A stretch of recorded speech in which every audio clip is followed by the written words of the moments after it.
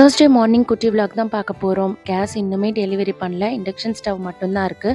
So 4 வேளையும் induction stove வச்சு cook பண்ணுறது ரொம்பவே கஷ்டமாக இருக்குது. காலையில் வீடியோ எடுக்க வேணான்னு தான் நினச்சேன். பட் எனக்கு வீடியோ போஸ்ட் பண்ணுறதுக்கு கையில் பார்த்தீங்கன்னா வீடியோவே கிடையாது. சரி எப்படியாவது இன்றைக்கி மேனேஜ் பண்ணிடலாம் அப்படின்னு சொல்லிட்டு தான் ரொம்ப கஷ்டப்பட்டுட்டு இந்த இண்டக்ஷன் ஸ்டவ்வுமே வச்சுக்கிட்டு வீடியோவும் எடுத்துக்கிட்டு ரொம்ப ஹரிபரியில் எடுத்த வீடியோ தான்.